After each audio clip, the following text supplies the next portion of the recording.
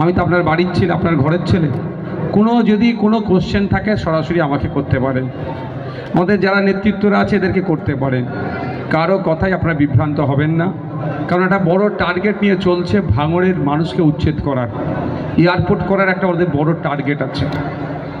কেন করতে পারছে না নিশ্চিতভাবে বুঝতে পারছেন, আপনাদের জনপ্রতিনিধি আপনাদের পাশে আছে বলে। আজকে গত শুক্রবার আমাদের বাড়িতে গিয়েছিল পাথরঘাটা অঞ্চলের রাজারহাট নিউ টাউনের 250 বিঘে কৃষিজ জমি নীল করে দিয়েছে, মানে সব সরকারের খাতায় নাম তুলে দিয়েছে ব্যক্তি মালিকানা থাকার পরও, কিন্তু ওখানকার জনপ্রতিনিধিকে বলছে, গ্রাহ্য করছে না। মসজিদের জায়গা হিটকো দখল করে কোম্পানিকে দিয়ে দিচ্ছে। এই যেগুলো জনপ্রতিনিধি এগুলোকে প্রতিকার করবে, তো লড়াই দেবে তো সামনে থেকে, এটা হচ্ছে না।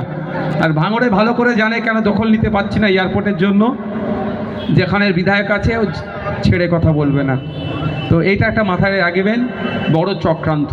বিজেপি 77টা সিট জিতে আছে, কোনো জায়গায় অবজারভার দেয়নি। ভাঙড়ে একটা সংযুক্ত মোর্চা আইএসএফের একটা আছে, এখানে অবজারভার দিতে হচ্ছে। রহস্যটা শুধু নওশাদ সিদ্দিকীকে হারানো নয়, ভাঙড়ের মানুষকে হারানোর একটা চক্রান্ত চলছে। তাই আপনাদের পাশে খামছিল ছিল, আছে, আগামীতেও থাকবে।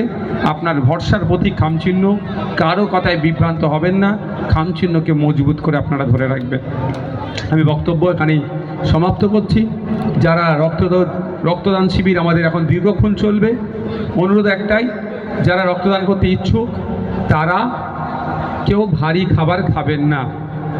ভারী খাবার খেয়ে যদি বলি লাঞ্চ করে নিয়ে, দুপুরের খাবার খেয়ে যদি কেউ মনে করেন 1টা বেজে গেল, দুপুরের খাবার খেয়ে নিয়ে আমি রক্তদান করি, এটা তাহলে আপনাকে এখান থেকে ক্যাম্প আপনাকে নেবে না। মেডিকেল সায়েন্সে এটা বারণ আছে। আমি মেডিকেল সায়েন্সের ছাত্র নয়, কেন আছে কিসের জন্য বারণ আছে ওটা আমি ব্যাখ্যা করার আমার সময়ও নয়। আমি শুধু এতটুকুই বলবো যে ভারী খাবার কেউ খেয়ে আসবেন না।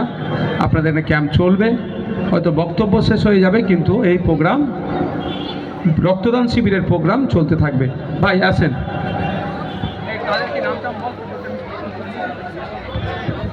অসংখ্য ধন্যবাদ ভাইজানকে, তিনি মূল্যবান বক্তব্য রাখলেন।